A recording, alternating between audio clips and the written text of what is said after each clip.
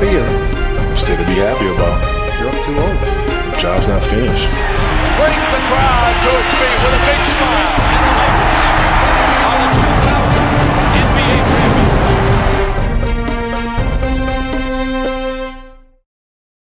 What's up, NBA fans? Dom2K on the mic, and today we begin our journey back through the NBA 2000s, much in the same way we did the 2010s. After around 5 months in that series, I just felt like we climbed every mountain, crossed every ridge. There just wasn't a whole lot left for us to do there. Speaking of that, shout out to Ridge Wallet for sponsoring today's video. The Ridge Wallet makes managing what you carry around with you all day much easier. Regular wallets always end up becoming trash bins as you're carrying around old receipts, used gift cards, just about anything that you need to quickly dispose of, therefore making it more difficult when you need to get to the cards that you instantly want to access. Not to mention that regular wallets are normally huge and bulge out of wherever you're keeping them. Ridge Wallet, on the other hand, is very sleek and no bigger than a regular card that you're going to be carrying around. The extremely durable plates are held together by an elastic band, so you just slide your most essential cards inside, and when you want to access them, you just pick which card to push out. This is extremely minimal, it streamlines the process, and you can choose to have your plates in titanium, carbon fiber, many different colors and styles to ensure that there's something for everybody. There is a lifetime warranty for these, and free returns if you're not happy. Get 10% off today with free worldwide shipping and returns by going to ridge.com/dom2k. Once again, that's ridge.com/dom2k and use code DOM2K. The link is in the comment section and description. All the way back here at number 10, give me 05 Steve Nash, and not just to be cliche, we all know there's been talks that maybe he shouldn't have got either of those MVPs. Shaq definitely felt entitled to one of those. However, when you stack this season up next to the other MVP campaigns of this decade, it is absolutely the least impressive in my opinion. He led the league in assists, he was amazing no doubt, but it was also at the helms of a perfect system with great teammates, and the numbers just aren't all that impressive. It really feels like one of those MVPs that was solely given on the basis of best player on best team, but he came back and proved that he was worthy of the title in his very next campaign when they actually needed him to step it up a bit more, and he did. For that reason, give me 06 Nash at number 9, and again, not a super impressive MVP campaign, however definitely better than 05. They needed him to step up his scoring, so he did from 15 to 18, still led the league in assists, and the big thing here this season is that Amar'e Stoudemire is hurt from the beginning of the year. He plays only 3 games, yet Nash is still able to help Phoenix to a 54-win record.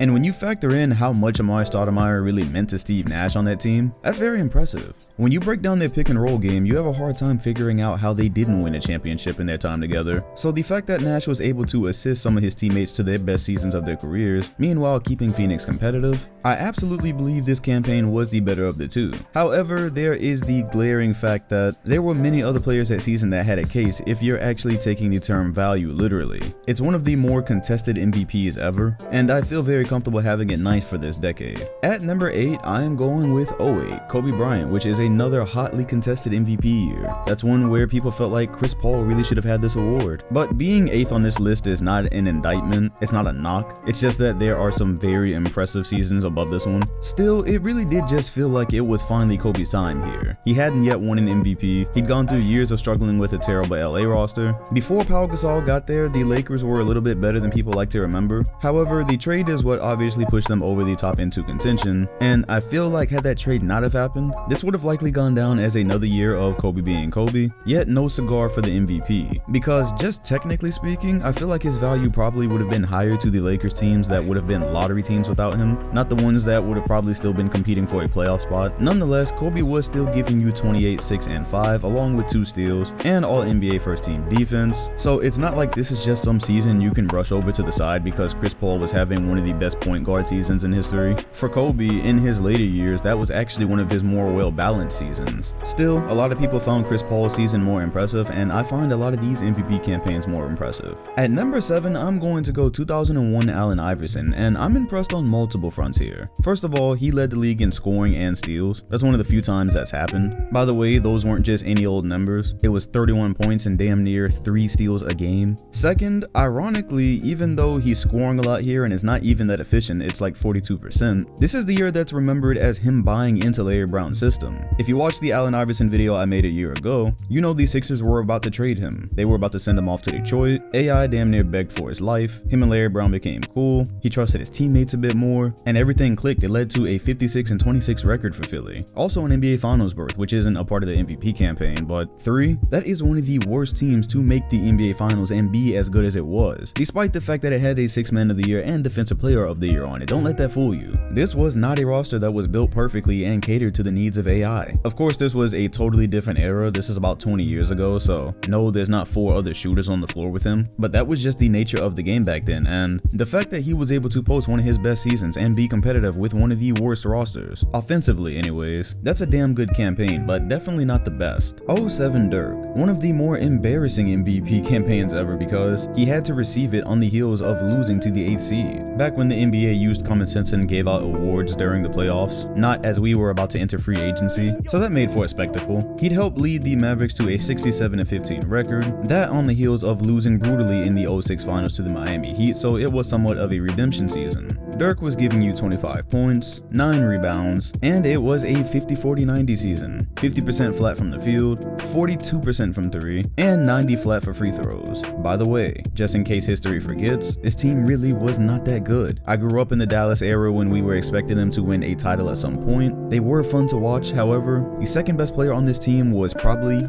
Josh Howard, Jason Terry. After that, you get into names like Devin Harris, Eric Dampier, Greg Buckner, Devin George. I'm definitely losing the audience with some of these, I know it. So they played great basketball together, but unlike the luxury afforded to a lot of stars, he didn't have a co-star. He was still able to dominate and came second in PER that year behind only Dwayne Wade. If it had been like today where contending stars always have another co-star, and he had something like a Steve Nash, that might have been a 70-win team, 70 plus. However, playing your old coach in the first round absolutely does not help. All those numbers fell, but this is about MVP campaigns, not where they finished. Give me 03 Tim Duncan here, which is a very underrated MVP campaign, and it is around the time he had completely taken the mantle from David Robinson as the leader of the Spurs. Duncan literally fills everything you could ask for a big man here. 23 points a game, 13 rebounds, 3 blocks, very efficient from the field, 3rd in PER, all defensive first team, helps lead the Spurs to 60 wins, and smack dab in the middle of the LA dynasty, takes the mantle at least for that year. He also ranked both 3rd in blocks and rebounds for that year. So long story short, in the early 2000s for big men not named Shaq, there was literally nothing more you could have asked him to do.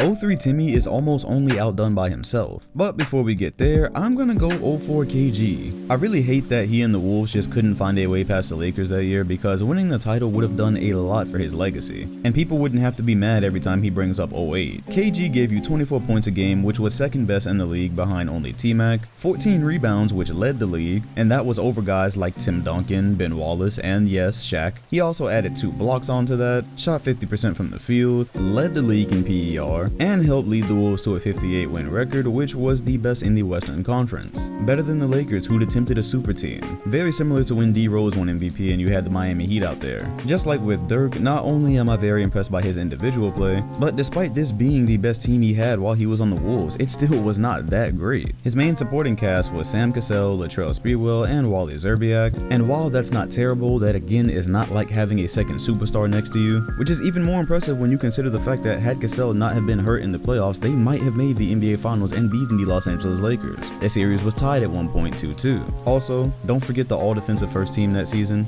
Given what he accomplished and his supporting cast, this is honestly a campaign that you can put up against many and it would stand the test. And the fact that he stayed with the Wolves for about 3 more seasons after this is really a testament to how much like Damian Lillard he was. He truly was unwilling to accept the fact that there was nothing humanly possible he could do to make this team rise to the level that he needed to be successful. That was his best shot, and there's an MVP to show for it. Okay, back to regularly scheduled Tim Duncan standing. 2002 is almost a carbon copy of 03, except it came first, so it's really like the blueprint. 25 points, 13 rebounds, 3 blocks, 50% from the field again, 2nd in PER. He came behind Shaq, not much you can do about that. Helps lead the Spurs to 58 wins, and this was when he truly supplanted himself over David Robinson. However, this team was not as good as 03. This is your first year of Tony Parker, no Manu Ginobili yet, so basically just a really good Duncan on what could have been one of the worst Spurs rosters that he had. At number 2, in 2009, LeBron James arrives with his first MVP, which, depending on who you talk to, was either overdue or started his reign as the best player in the league. Regardless of what you believe in, he was 24 years old when this happened, and that should really drive home these numbers. 28 points a game, 2 steals, 7 assists, 7 rebounds, a block, 48% from the field, 34% from 3, ranks first in PER, is probably at the peak of his athleticism. I truly don't think he got any more athletic than this. And with his second best player being Mo Williams, they are the best team in the NBA throughout the year. Good enough to fool us in believing that a LeBron and Kobe NBA Finals was inevitable. This was probably the worst case of a team playing great basketball, but really not being talented enough. And if you go back, people weren't actually acknowledging it at the time. He's also on the all-defensive first team that year. So here's a 24-year-old nearly flirting with a highly efficient triple-double, without a co-star, without a really decent roster if we're being honest. They just played great together and won a shit ton of games. But looking back at it, this is even more impressive. Visually, it was extremely impressive as well. Around this time as a child, I used to believe that you could practice to be as good as some players, but what LeBron had, I felt like you couldn't spend time in the driveway trying to acquire that. That was gifted.